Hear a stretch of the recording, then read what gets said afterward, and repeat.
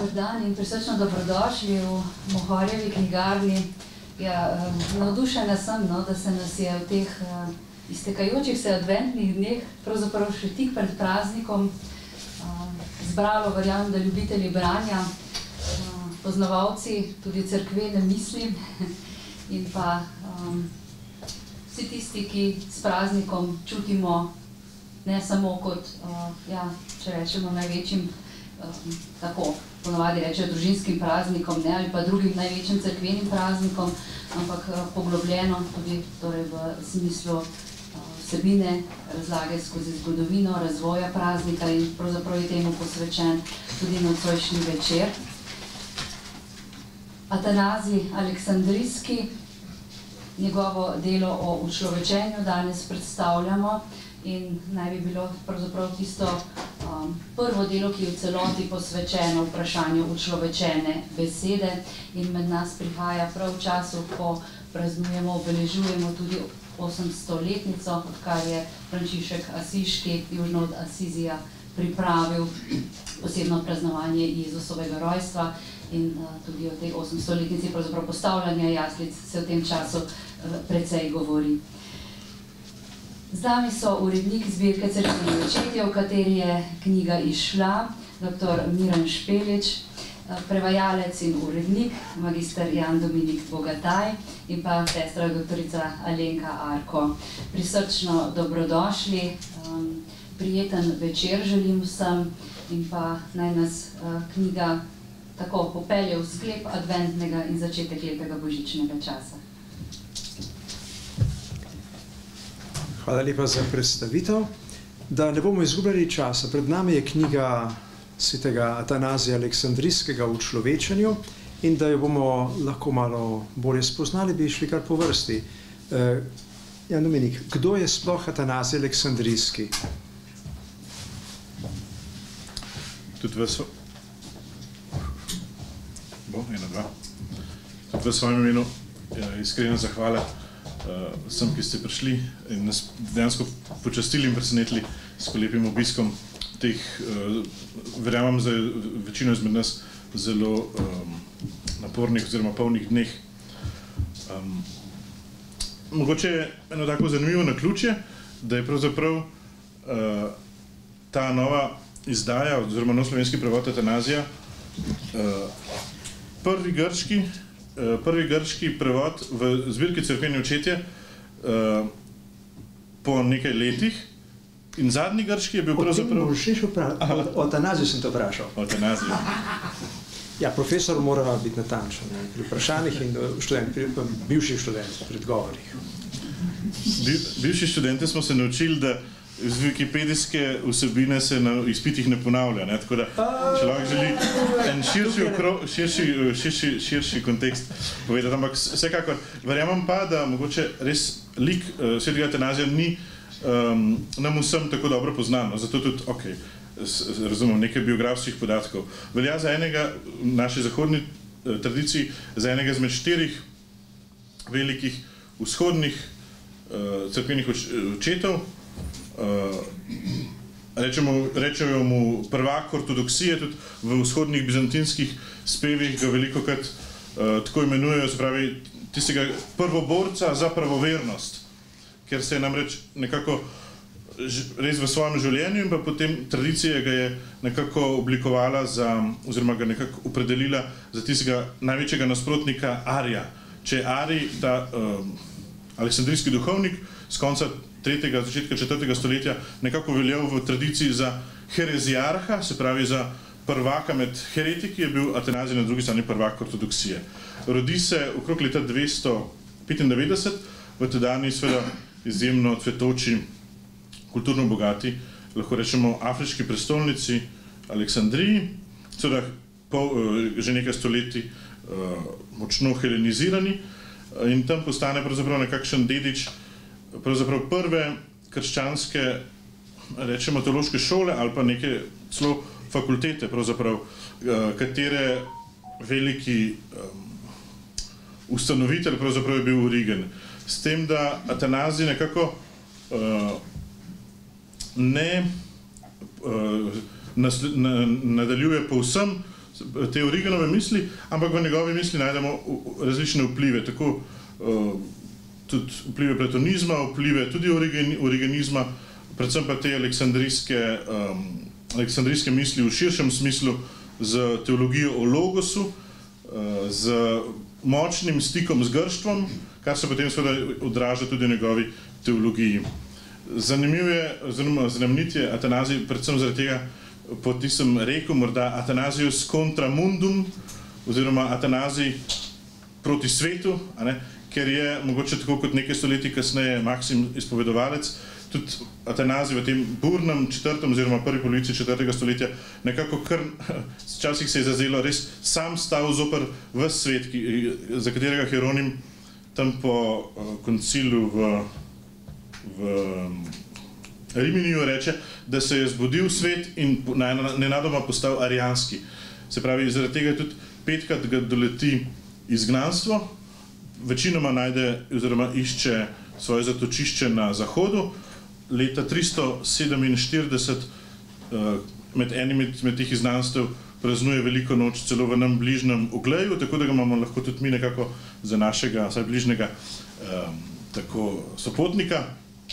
Potem pa se vedno znova vrne na svoj pravzaprav nadškofijski oziroma patriarhalni sedež v Aleksandriji.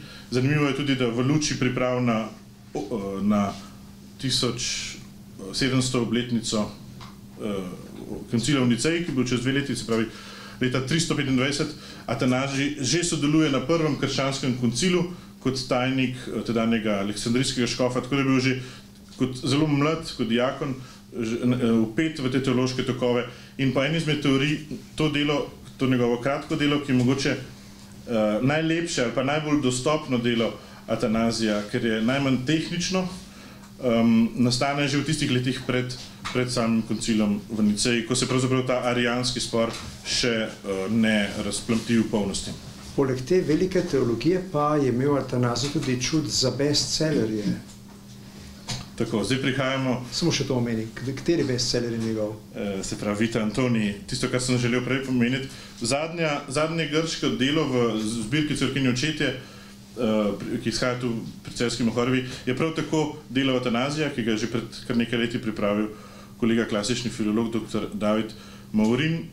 In se pravi, Atanazij je po eni strani bil visoko izobražen in pa zelo angažiran teolog, polemik, po drugi strani pa je tako s tem svojim znamenitim življenjepisom svetega Antona pravzaprav tudi nekak začetnik hagiografije, če lahko tako rečemo, oziroma začetnik popularizacije tega, kar se je tam kar nekaj kilometrov južneje od Aleksandrije, pa vendar na istem kontinentu, pravzaprav v tistih desetletjih pred njim začelo, to pa je pojav krščanskega meništva.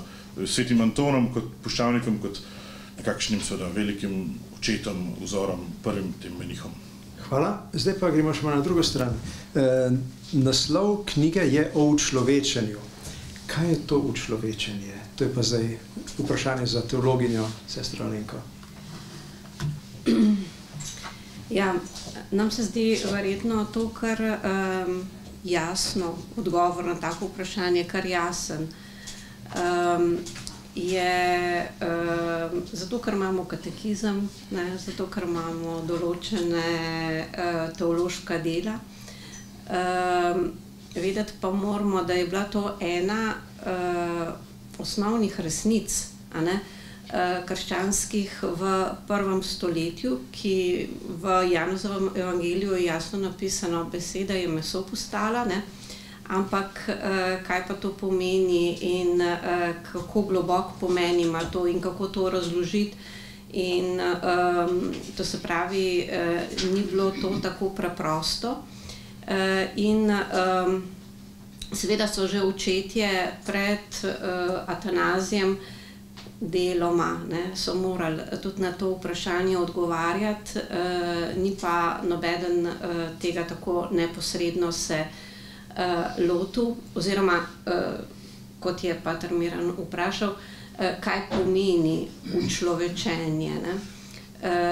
Dejansko to, da je druga božja oseba postala človek. To se pravi, da je prevzela našo človeško naravo z vsem, kar to pomeni. In lahko si predstavljamo, kako je bilo to vprašanje pomembno, ne? In da je dejansko teologija tako postavila, bi lahko rekli, pike na i, ne? Šele sredi 5. stoletja, to se pravi teološko, to se pravi Atanazij je med prvimi, ki na nek način skušajo spregovoriti o tem in tudi v taki, jaz bi rekla, tako zelo soteriološki luči predstaviti to resnico. Kaj to pomeni za človeka, kaj to pomeni za to, po čemer mi vsi hrepenimo, to se pravi po odrešenju tako duše kot telesa.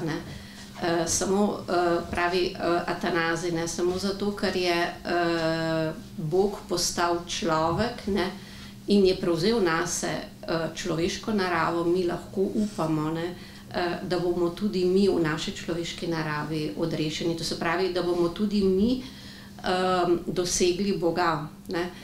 Tako, to se pravi, v duši kot z našim telesom in pri tem seveda krščanstvo misli na vstajenje telesa. Hvala.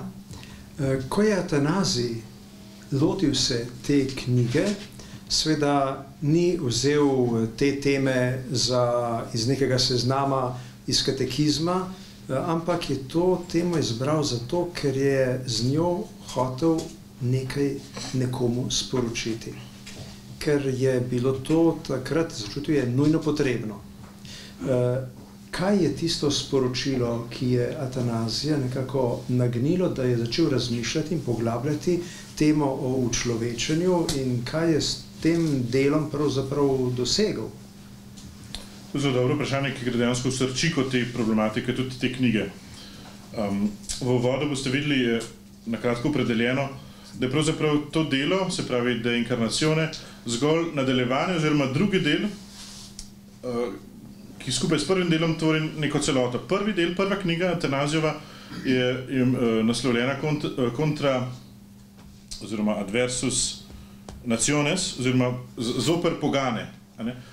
In tudi to moramo zelo dobro razumeti, kajti zgolj na podlagi tega konteksta, te zgradbe oziroma povezanosti s tem prvim delom bomo razumeli tudi boljše ta drugi del, se pravi Atanazijevo samo delo o učlovečenju. Je pa res, da se v sodobnih izdajah večinoma, oziroma v res veliki večini primerov prevaja predvsem ta drugi del, ker je seveda veliko bolj krščanski, veliko bolj teološki, veliko bolj nekako avtonomen v razvijanju misli.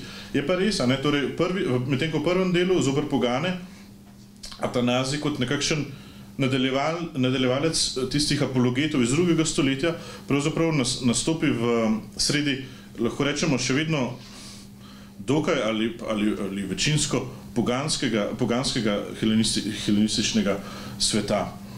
In seveda želi nekako ubraniti neko logosnost, se pravi neko racionalnost, racionalnost pravzaprav samega krščanskega verovanja.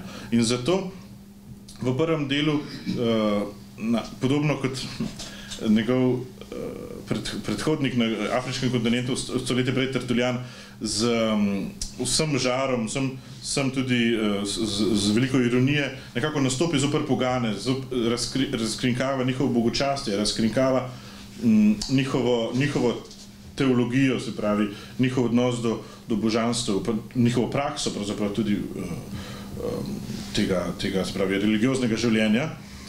In na drugi strani potem, se pravi, s tem drugim delom o učlovečenju pravzaprav želi pokazati, kako je ta, seveda, nadnaravni dej Kristusovega oziroma logosovega učlovečenja pravzaprav v sebi tako logosen, tako smiselen, da je pravzaprav razbije vse tisto pogansko obredje bogočastja, ki se spričo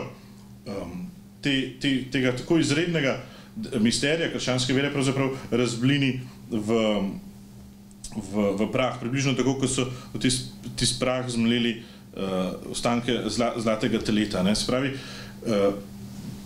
traktat, se pravi, oziroma tudi delo Atanazijevo o človečenju, ni tak traktat, kot bi ga mogoče pričakovali na prvi pogled. Kot bi ga recimo zapisal kak srednjeveški scholastični teolog, ko bi si rekel prvič, kaj je učlovečenje, drugič, kdo se je učlovečil, tretjič, kako se je to zgodilo. Ta traktat je pravzaprav paradigmatično razumevanje učlovečenja, logosovega učlovečenja, ki postane pravzaprav temelj ali pa zaobjame pravzaprav celotno kristično skrivnost. Lahko rečemo, mislim, da je von Balthasar govoril o Entösterlichung der Theologie, se pravi, da pravzaprav teologijo po svoje najprej razvelikonočimo, da včasih se sredotočamo na odrešenje, na naše doživljanje odrešenja zgolj prek Kristusovega trpljenja, darovanja, smrti na križu in potem vstajenja. Ne. Patristična teologija govori o dejansko nekem holističnem dojemanju Kristusove skrivnosti in na podlagi tega lahko tudi razumemo zgodaj krščansko ikonografijo, kako je učlovečenje, rojstvo pravzaprav že tudi hkrati seveda napoved Kristusovega trpljenja. Ta logos, ki postal meso, je pravzaprav postal meso, seveda, zato da bi na koncu umrl, daroval življenje in človeka obudil k prvič atanaziji, se pravi nesmrtnosti, in pa aftarsiji, se pravi nerazpadljivosti. In ta celoten cikel je pravzaprav tisti miselni temelj, ki ga ima Atanazij nekako v ozadju, ko se loti pravzaprav opisovanja učlovečenja. In tukaj mogoče lahko opozorim na naslovnico, ki je sicer ena miniatura vzeta iz enega znamenitega bizantinskega menologiona, Bazilija II., ampak boste videli Kristusa povitega pravzaprav na oltarju. Te jasli postane pravzaprav že oltar križa in kako je že v evangeliju, te cunje, oziroma plenice, v katerega je Marija povila, že zgodaj v 4. stoletju v krščanski ikonografiji pravzaprav postanejo tisti prtiči in povoji, v katere je bil Kristus položen v grob. Gre za to, da so kristjani res, se mi zdi, v antiki veliko bolj razumeli to celostnost krščanskega misterija. Zato tudi se sam praznik Božjega učlovečenja Božiča, kar praznujemo ponedeljek, pravzaprav razvil, rečemo, relativno pozno. Najprej bil prisoten predvsem praznik Epifanije, razglašenja, se pravi, o čemer smo pravzaprav začeli to repliko. Razglašenje tega logosa Boga v mesu vsem narodom, vsem poganom. Šele potem v 4. oziroma 5. stoletju pride tudi do tega, da se posebej spominjamo Kristusovega rojstva kot takega, kot ga opisujeta Luka in Matej. In vendar je potreboval Atanazij tudi Arija na neki način, da mu je dal spodbudo, svojo deviacijo, svojim netočnim, nepravilnim razumevanjem učlovečenja, da je šel v to razlaganje. To je veliko vprašanje, ker namreč, ko smo že rekli, Atanazij je veliki borec zoper arianizem. Če zelo posplošimo arianizem, še ena wikipedijska sinteza. Arij razumeva Kristusa kot nekakšnega, seveda kot Boga, ampak recimo temu Boga z malo, v neki stopničasti perspektivi, recimo. Bog Oče, Bog Sin in Bog Sveti Duh. Se pravi, da je pravzaprav s tem, ko je krščanskem razodetju rečeno, da je Kristus rojen, je to za Arija pomenilo, da je že Bog nižjega ranga, kot je Bog Oče, ki nekako rojeva. Seveda Atanazij in potem vsa ta nicejska ali pa recimo temu katoliška struja se temu upre, zato tudi imamo v veroizpovedi rojen neustvarjen, ampak to hkrati pomeni, da je enega bistva z očetom in ta homoousion je potem, oziroma ta enobistvenost je potem tista Atanazijeva, recimo bandera, čeprav sam zelo redko ali celo nikoli ne uporablja tega termina, ampak nekako zagovarja seveda Nicejo. Zakaj je potreboval Arija? Jaz mislim, da ga je potreboval, da je lahko Arij mu je dal en tak dober je bil katalizator na neki način, negativni katalizator. Res je, da v tem delu, to sem želel povedati, se pravi, čeprav Atanazij velja za, se pravi, tistega zastavonoša boja zoper arianizem, v tem delu pravzaprav niti ne srečamo niti ene omembe arija, niti ene omembe tega problema, kaj šele kakšne daljše tematizacije tega problema. Zdaj, razlagalci si tu bijejo glavo in dejansko iščejo mogoče vzroke za to v dveh linijah. Eno, če bi bil tekst dejansko napisan že v letih pred Nicejo, se pravi tam okrog 317 do 20, kar bi pomenilo, da bi ga napisal en tak mlad teolog, kot sem bil še sam, recimo pred 3, 4, 5 leti. Ne?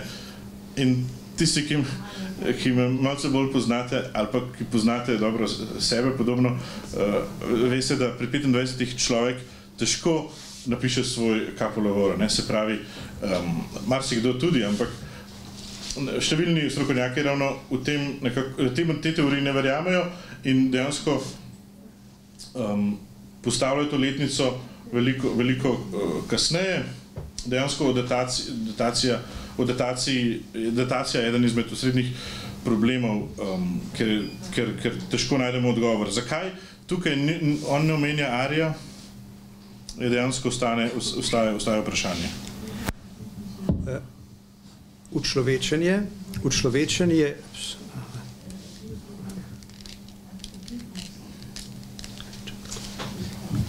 Učlovečenje je bil očitno takrat en tak ključen pojem, ki ga je Atanazij razvil z arijem ali proti ariju ali brez arija, ampak ali je to tudi pojem, ki je pomemben v današnjem oznanjevanju, v današnjem teološkem govoru? Ali je zapostavljen, ali je pretirano uporabljen? Kako se ti zdi?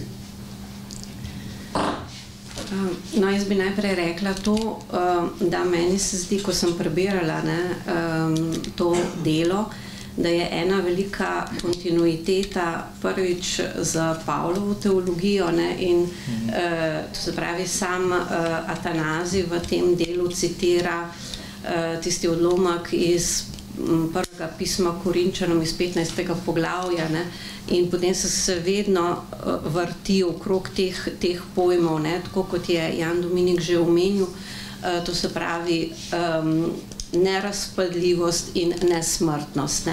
In recimo ta paradigma ali pa ta vzorc, ki ga Pavel v teologiji, to se pravi v pismu Korinčanom, ko se na nek način upirajo tej resničnosti vstajenja in on potem celo poglavje posveti 15. prvega pisma prav tej zadevi, je imelo zelo močan odmev v patristični teologiji.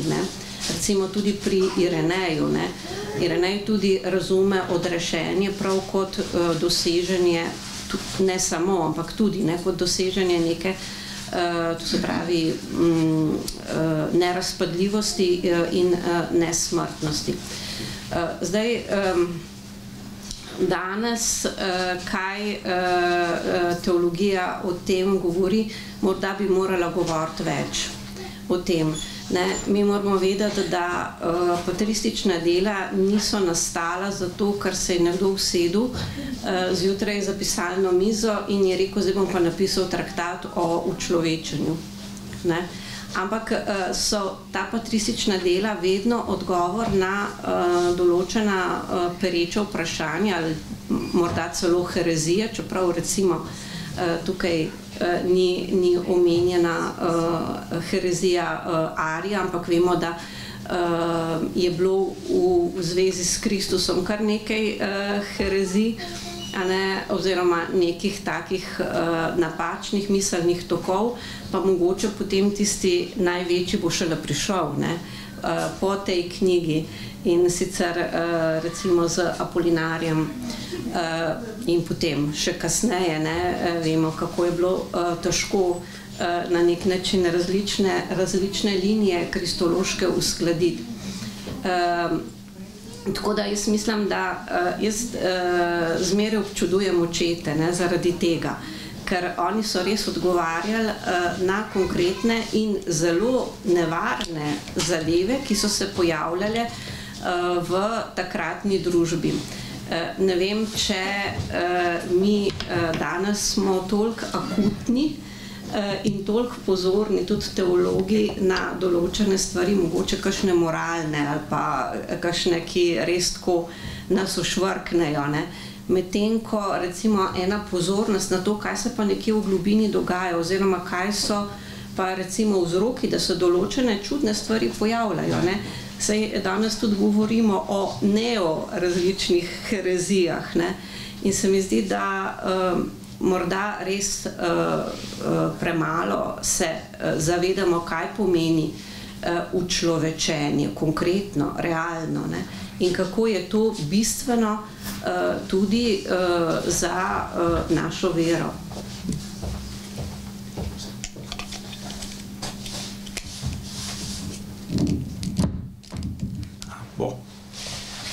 Najlepša hvala. Ali se ti, ko si to prevajal in pripravljal spremno besedo, ali se ti je zdelo, da katere od tehle tem še posebej nagovarjajo današnji čas? Hvala. Najprej mi dovolite še 2 besedi o samem nastanku oziroma genezi knjige. Pred kakšnim letom me je naš provincialni minister, pater Marjan Čuden, prosil, da bi kot še povsem zelen, ne, zadnji najmlajši v provinciji pripravil duhovne vaje za brate. Ne. In to je seveda, veste, da je najtežje pridigati znotraj hiše. Ne. Močno potrjujem. Potem sem pogledal malo, kakšne obletnice pravzaprav, oziroma v strani vodstva reda smo bili spodbojeni, da se letos posebej posvetimo 2 obletnicama. Ena je 800-letnica potrditve Frančiškovega vodila, druga pa je, kot smo že prej slišali uvodoma, se pravi 800 let prvih, recimo temu živih jaslic, se pravi dogodka Frančiškovega božiča, dogodka v Greču. Ampak sem takrat rekel, o jaslicah in o tej etnologiji vam bo kakšen drug bogataj, ki je bolj pametno povedal, ne. Jaz bom pa dejansko skušal pogledati pri naših virih naše teologije duhovnosti, zato sem pravzaprav prišel do tega traktata, ki tako velja za nek tak začetek bolj sistematičnega razmisleka o res tem učlovečenju. No in če sem že zdaj omenil to povezavo z recimo to zgodnjo frančiškansko intuicijo, bi lahko nadaljeval, če moram izbrati eno temo, pa bi do tistega zaključnega citata oziroma od teoze oziroma pobožanja prišli potem še morda v nadaljevanju, bi izbral temo pravzaprav iskanja motivov za samo učlovečenje. Tipična srednjeveška scholastična tema. Recimo, pri čemer se naša frančiškanska teologija v tem primeru prvakom Dunscotom loči od recimo veliko bolj razširjene tomistične teologije. Tomistična teologija na vzoru že na temelju Avguština in potem Anselma odgovarja na vprašanje cur deus homo, se pravi, zakaj je Bog postal človek, predvsem v smislu neke reparacije tistega Adamovega greha.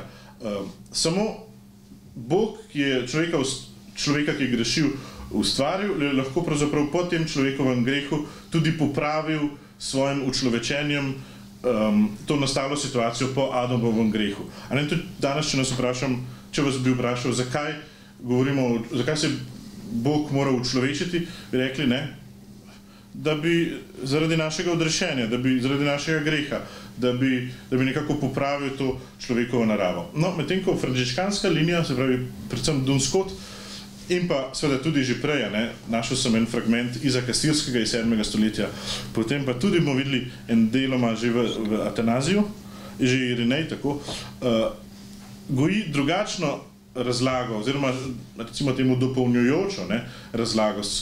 Pri katoliški teologiji vedno govorimo o principu et, ne pa out, se pravi in eno in drugo, skupaj nekako bolje osvetljuje celoten misterij. No, Dunscot pravi, ne, dragi Tomaž, to je popolnoma nemogoče in nedostojno Božjega uma, Božjega načrta. Kako lahko učlovečenje, en tak čudovit, en izmed največjih božjih dejanj, zgolj nek rešilni načrt. Kako lahko človekov greh pogojuje neskončno in absolutno božjo pravičnost. Ne? In tudi sam moram reči, da je pravzaprav to vrsten razmislek tudi meni veliko bližje. Ne? Scott bo rekel obratno. Učlovečenje bi se zgodilo tudi, če ne bi bilo človekovega greha. Kar bi bilo za nekega trdnega tomista popolna blasfemija. Ne? Recimo, če sem malo schematičen. Se pravi, učlovečenje je najvišji dogodek, najvišje dejanje božje ljubezni in bi v vsakem primeru, kajti ves svet je bil pravzaprav ustvarjen za to, da pride do učlovečenja, ker je že Pavel govori o tem, kako je vse v luči Kristusa ustvarjeno. Ne more biti Kristusov dogodek učlovečenje besede je pravzaprav zgolj nek zasilni načrt. Ne?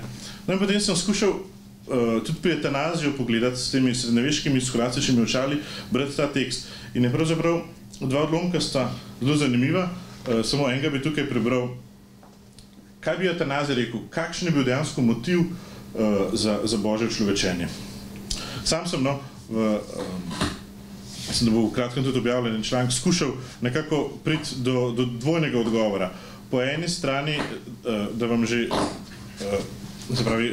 razodinam, predem preberem odlomek. Na eni strani, ja, gotovo, tudi zaradi človekovega greha, zaradi našega zveličanja, odrešenja, kot bo to Atanazij tolikokrat ponavljal, tudi v nicejsko-carigrajski veroizpovedi to ponavljamo. Po drugi strani pa tudi iz božje same človekoljubnosti, on reče, iz božje filantropije in dobrote se je pravzaprav prišlo do učlovečenja. Se pravi, po eni strani ja, zaradi človekovega greha, kot bomo sedaj slišali, po drugi strani pa tudi zaradi božje dobrote. In on pravi takole, ko namreč govorimo o pojavitvi odrešenika med nami, moramo nujno govoriti tudi o izvoru ljudi, da boš vedel, da smo mi razlog profazis njegovega spusta in da je naš prestopek priklical Logosovo človekoljubje, da je Gospod tako pohitev na pomoč in se pojavil med ljudmi. On pravi, mi smo bili vzrok hipotezis njegovega utelešenja in zaradi našega odrešenja je ravnal tako človekoljubno, da se je rodil in pojavil celo v človeškem telesu. Se pravi, jaz vidim pri Atanaziju še dejansko veliko bolj povezano teologijo. Drži on oba dva konca nekako še skupaj. No, vsaj tako je moje recimo, mnenje pri enkratnem, oziroma po prevajanju in pa kratkem ukvarjanju s tem delom. Hvala. Mi dva sva patrologa in sva lahko pristranska v svoji zaljubljenosti v cerkvene očete, ker se z njimi ukvarjava. Alenka, doktorica Arkova, je dogmatičarka in obvlada vso teologijo, od začetka do danes. In lahko dosti bolj nepristransko gleda na tele tekste. Pa bi mogoče čisto, kako gleda, kakšno vlogo imajo patristični teksti v današnji sodobni teologiji? Zakaj jih teologi sploh opazite in berete? Ja, prvič mislim, da so bili to tisti teologi, ki so se prvi na nek način soočali z Božjo besedo, svetim pismom in so želeli svojo teologijo razvijati ne z nekimi abstraktnimi kategorijami, kot se je potem mogoče kasneje dogajalo recimo v skolastiki, ampak da tisto, kar je bilo za njih izziv, je bila Božja beseda. In se mi zdi, da sploh po drugem Vatikanskem koncilu je sam koncil, in zdaj bomo kmalu praznovali tudi 60-letnico koncilskih dokumentov, zato je to tudi ena pomembna stvar, so upozorili očetje koncila, da teologijo je potrebno graditi na Božji besedi in na cerkvenih očetih. In dejansko vidimo, da sam koncil to dela in ne uporablja recimo scholastične terminologije. Po drugi strani pa vidimo tudi eno tak, ne vem, neko prenovo ali pa vsaj poskus prenove, pa tudi recimo izdajanje patrističnih del, knjige, ki recimo, jaz se spomnim, ko sem jaz pisala pred 30 leti skoraj, moj doktorat, ne, to je bila cela poplava doktorskih dizertacij, ki so govorile o pobožanju. Ne. To se pravi, ne vem, pri Ireneju, pri Dioniziju, pri Gregoriju Niškem, ne, to se pravi, je bilo ena taka prebuditev, zato ker se je začutilo, da je tam verjetno ena sveža misel, posebej se mi zdi recimo pri vzhodnih očetih, ne, saj verjetno Avguština smo tudi že bolj poznali prej, oziroma ga je teologija že bolj upoštevala in je šla zelo v tej smeri, ne. Je pa ta vzhodni, nek vejanje vzhodne teologije, ne, odprlo veliko novih perspektiv in recimo, če pomislimo samo na take velike teologe, kot je bil recimo von Balthasar, on je prvo svojo knjigo, ki jo je napisal, je bila posvečena Gregorju Niškemu, ne.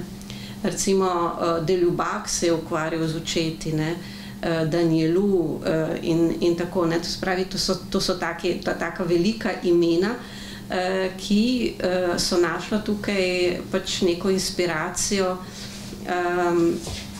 Tako da jaz mislim, da je to eno področje, kamor se je vredno vračati. In zato, ker ste tudi vi sem prišli, ker vas te stvari zanimajo, bi tudi vam dal nekaj besede. Če imate kakšno vprašanje za moja sogovornika, kar izvolite. Ja, idi, prosim. Ja, jaz bi... Hvala lepa. Jaz bi vprašal, glede naslovnice, to bo vsak najprej pogledal, ne? In že naslovnica prebuja domišljijo, ne? Nisem še prebral komentarja te naslovnice, ampak jaz sem pa takoj pomislil na tega Jezusa v jaslih, zraven sta oslek in volek, vidimo, da gre za betlehemske jasli, ampak hkrati, da gre za žrtvenik. In jaz sem takoj pomislil na Izaka, ne, ki je bil tudi zvezan na oltarju, tako mene so tile po vojni naprej spomnili, da je bil Izak zvezan. To je prvo vprašanje, cerkveni očetje to primerjavo gotovo imajo, ne, ampak pa bi jo lahko tudi tukaj uporabili, saj vemo, da je umetnost večplastna. No, in pa potem spodnja slika, vidimo, da tukaj babica novorojenca umiva, ne, v vodi, ampak tale ni koto, ampak je kar kamniti, skoraj vrč, imamo kar občutek nekega krstnega kamna, je potem se pri cerkvenih očetih pojavi to, ne, da je že ob rojstvom naznanil krst. Hvala, še naprej. Hvala, pater Ridi, zelo zanimivo. Absolutno tukaj, mislim, da tudi v teologiji veliko premalo pozornosti namenjamo ikonografiji, ali pa umetnosti nasploh. Že zgodnja krščanska umetnost skriva v sebi ogromno simboliko. Seveda, lahko tudi vidimo Izaka, absolutno. Izak je kot nek prototip, pravzaprav Kristusa v vsakem primeru.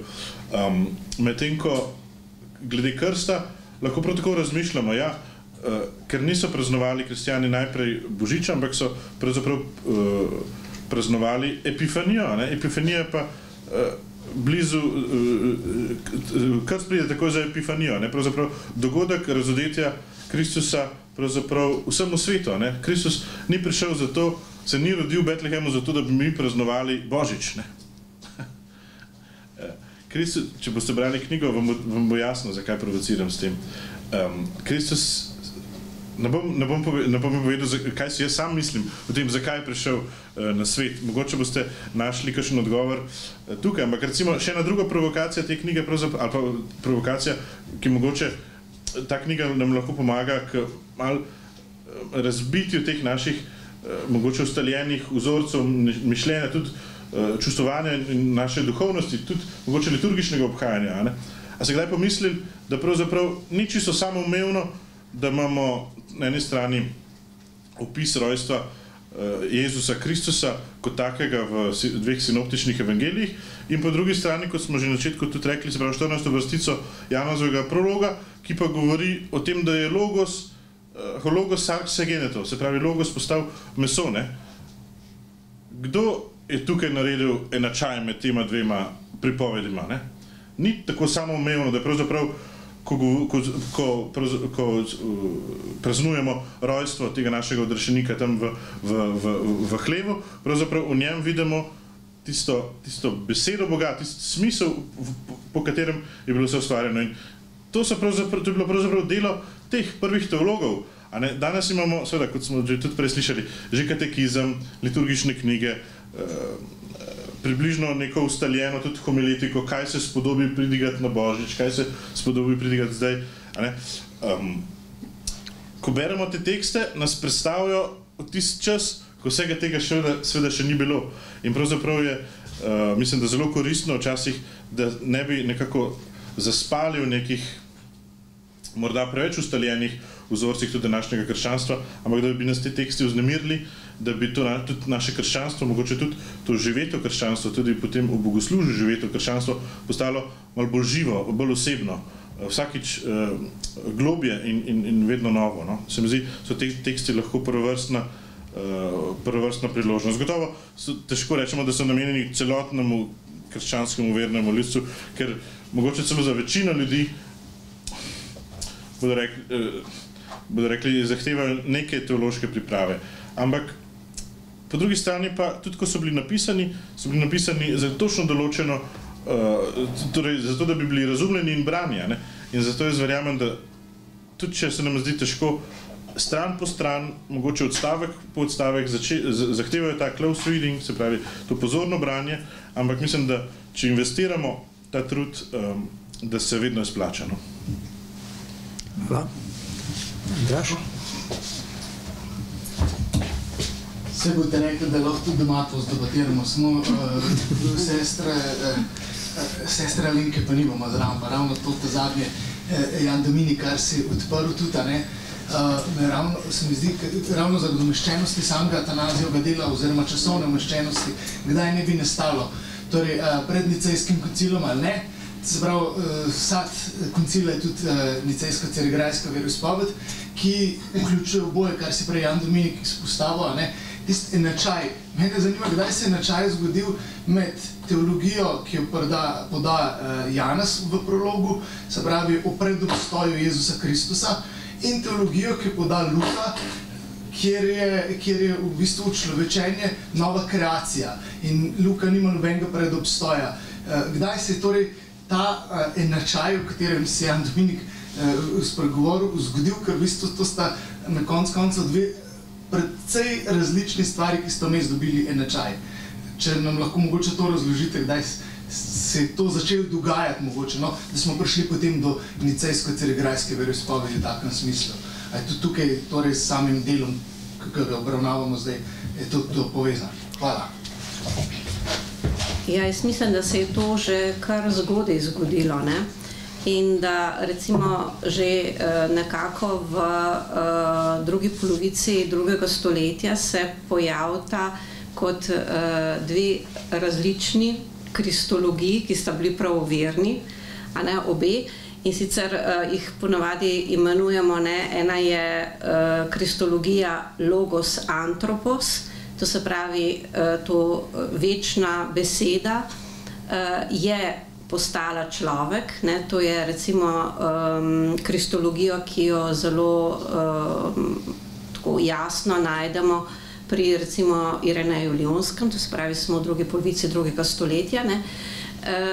Druga je pa aleksandrijska kristologija, če jo lahko tako zelo recimo pavšalno imenujemo, ki pa vztraja pri tem, in jaz imam občutek malo, ne vem, če sem zdaj pristranska ali ne, da se to pri Atanaziju čuti, je pa ta kristologija logos sarx. To se pravi, če Irenej vztraja pri tem, da je Kristus postal, to se pravi ta predvečni logos, je postal človek, to se pravi kot telo in duša, in on zelo vztraja pri tem. Ne. Vemo, da recimo aleksandrijska kristologija, pa tudi antropologija ima malo problemov, ne, z materialnostjo. In to se pravi, oni pač na nek način govorijo, ja, Božja, to se pravi ta logos, predvečni logos je prevzel človeško meso, to se pravi se je utelesil, ne. Potem so potem tudi različne, ne, niuanse glede duše, ne, in tukaj se potem tudi rodi ta, včasih reče, da je to prva resna kristološka herezija, ki je apolinarizem, ne, in se pojavi kasneje, ne. Je bil pa Apolinarij prijatelj Atanazija, kolikor jaz vem. To se pravi, da te stvari se začnejo dogajati zelo zgodaj, ne. In jasno, da to je ena velika stvar v teologiji.